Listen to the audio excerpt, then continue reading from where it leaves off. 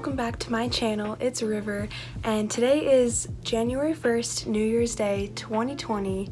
That is so weird to say. I almost just said 2019. But I'm back here today with another video for you guys. I wanted to get this out right at the start of the new year, but I don't know if I'm going to be able to just because I've been super busy working over break, but I did still want to make this video because it's a video that I really care about. So I don't know what the title of this video is going to be yet, but basically I compiled a list of a bunch of New Year's tips that you probably haven't heard before and just some good habits and ways to start off the new year right. I'm like obsessed with watching New Year's resolution videos, and I'm always looking for videos that have New Year's resolutions I haven't heard before to add to my list for the new year. So I worked really hard on coming up with these ideas. They're all original. I didn't look at any other videos yet as much as I wanted to because I wanted to come up with all of these on my own. And if you have heard these before, I'm sorry. You're probably gonna have heard some of them before, but most of them I tried to make really unique so that you guys have some good, fun, and fresh ideas to put on your list for your New Year's resolutions this year. This video isn't going to be my New Year's resolutions. I already wrote mine down. This is just going to be some ideas for you guys, or just some kind of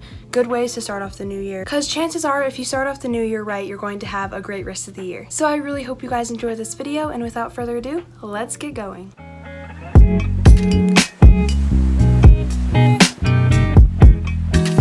So the first thing I wrote down that you guys should all try to do this new year is to donate something, whether that's money or clothing. Those are the two most common things that I generally donate. I'm not saying you have to donate a ton of money. I'm not saying you have to be rich. I am by no means rich. But what I did do this break is I went through my entire closet, my entire dresser, pajama drawers, everything like that, and I got all my clothes into this giant bag that I went to donate. At first I didn't think I would have a ton of clothes that I didn't use anymore that I would be able to donate, but at the end I had a bag that I literally couldn't even pick up because it was so heavy and full of clothing. So real quick, I just wanted to let you guys know that at the time I was filming this video, I didn't know where I was sending my clothes yet, but I'm actually sending them to this really cool website that my mom found. It's called givebackbox.com, and what you do is you basically take all the leftover boxes you have from Amazon and other websites, and you put any clothing or household goods that you don't need anymore in these boxes, and you ship them right back. I think it's a really cool program, and I definitely recommend you guys check it out.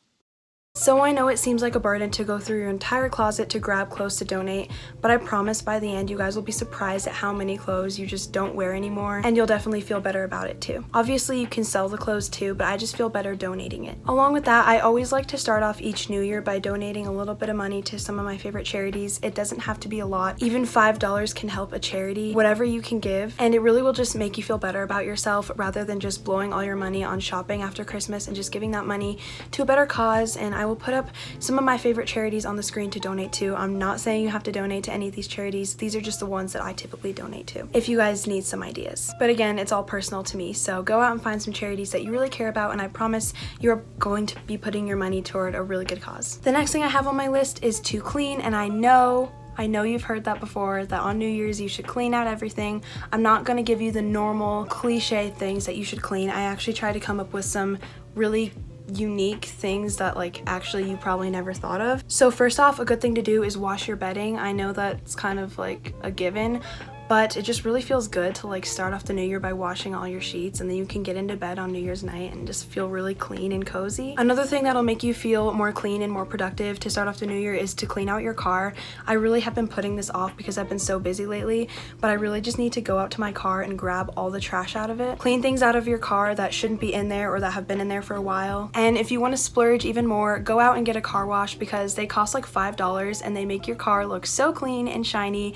And for me, I just love going into car washes. They're so fun, and every time I want to be productive, I just go get a car wash, and then I just feel so much better about my life. Another thing that you might have been putting off if you're like me is cleaning all of your makeup brushes and cleaning your jewelry. Again, these are just things that you should be doing often, but sometimes it just gets put off if you don't have enough time or you just don't make the time. And this is gonna sound kind of weird, but if you use a loofah in the shower, I recommend getting a new one because I don't know about you guys, but I use the same loofah for so long. I'm pretty sure I've had the one that I'm using right now for like 3 years, which is absolutely disgusting. I can't imagine how much dirt and like mold and disgustingness is inside of that thing, and I really just want to go out and buy a new loofah right now after I film this video. So I know that cleaning in general is a really cliche piece of advice, but hopefully I got to remind you of some of the things that you have been putting off that you need to get on. My next tip is really simple simple, but it is to set goals that are actually attainable. And I find that what I do every year is I set these unrealistic resolutions and then I never look at them again, and then I get mad at myself the next year. And what I've found with setting goals is that baby steps are necessary, and just because you're setting a smaller goal doesn't mean you're failing anything. It just means that you're working up to your bigger goal and you're making it more realistic, and you're going to be more likely to actually achieve it. So this year I tried to set some more simple goals for myself. So for instance, if you look at my goals, one of my #1 biggest goals this year is just simply to be less wasteful. You guys know this is something I really care about, and it's not that hard of a goal. It's just to try to be less wasteful on a daily basis. And there are so many things I can do to achieve this goal, but as long as I'm trying on a daily basis just to be less wasteful in general with everything I use, it seems much more attainable and I actually want to follow it. Along with that, I really recommend making goals with somebody else, and you're more likely to achieve them if you do it together. I have learned this from my own experiences, and studies have shown that when you make goals with someone else, whatever that goal is, you're going to be more likely to achieve it because you are both pushing each other and reminding each other and doing it together. So for instance, both me and my boyfriend wrote all our resolutions together this year, and basically all of our resolutions are the same. He actually had that idea, which I thought was really cute and funny at first, but then when I thought further about it, I was like, you know what, that's actually really cool, because then we're going to be pushing each other to achieve the same goals. So whether it's a friend, a family member, or a significant other, just try to share the same goals with someone else and you'll be more likely to achieve them, and it'll also be a lot more fun for you. This year, my boyfriend and I both made a goal to take better care of ourselves, which just means eating better, exercising more, and just doing more self-care, which applies to both of us, and I think will motivate both of us to do it more because we can remind each other and motivate each other to eat healthier and stuff like that. Try creating a new music playlist or just kind of spicing up your music. I don't know about you guys, but it makes me feel really fresh and just kind of brand new whenever I create a new playlist and just like find more music and start jamming out to it. So I was searching for new music the other day, and for some reason I just got really stuck on a bunch of like soulful, sad songs, which is kind of weird, but that's just what I've been into lately. So just try changing your music style, or just try finding a bunch of new songs. And I will actually be doing a music playlist video super soon, so if you guys want to see what songs I've been jamming out to, stay tuned for that video.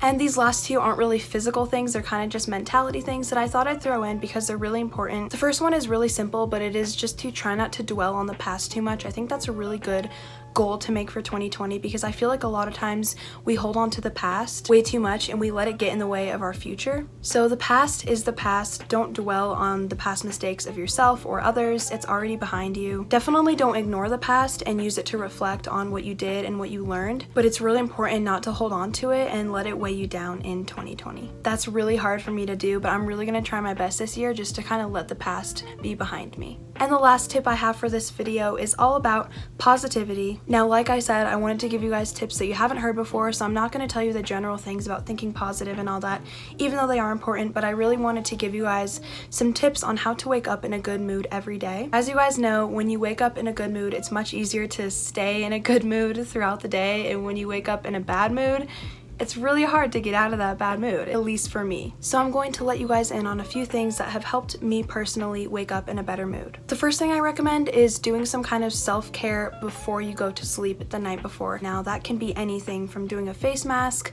to taking a bath, just something to take care of yourself and wind down and relax. So what I like to do when I have extra time before bed is just sit down and journal about my day, or just write down what I'm grateful for, and I try to do this as often as I can because it really just relaxes my mind and calms me down.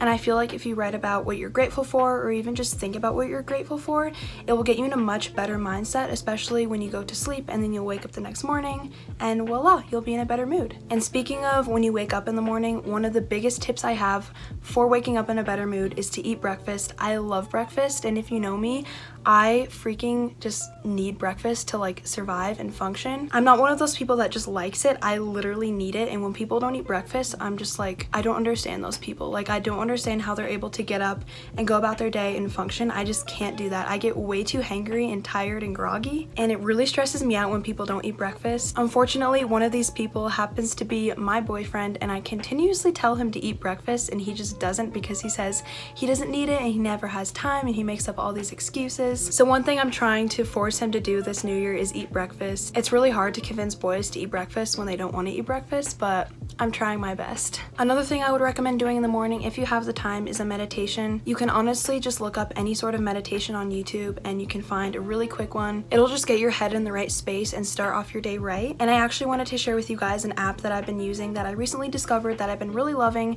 It is called Stoic, and I will link it down below if I can. But it's completely free and it's a super aesthetically pleasing app.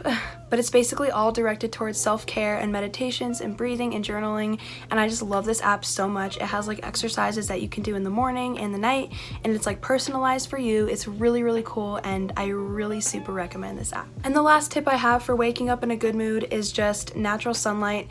It sounds really simple, but studies have shown that just opening your curtains a little bit right before you go to bed so that there's a little bit more sunlight coming in when you wake up will actually make your mood a lot better once you get up, and it'll make the rest of your day go much more smoothly and calmly. And after trying it out for a few nights, I can definitely tell you guys that having some natural sunlight in the morning really just starts my day off right, rather than waking up in a pitch black room and being like a Shrek potato, basically. And friends, that is going to be all for this video. Please let me know what you guys thought of this video if you like my tips and advice, because I love making tips and advice videos. I have some super fun videos planned out for the future, and I'm super excited to film them for you guys. As usual, please request videos down below, and I will see you all in my next video. Bye everyone!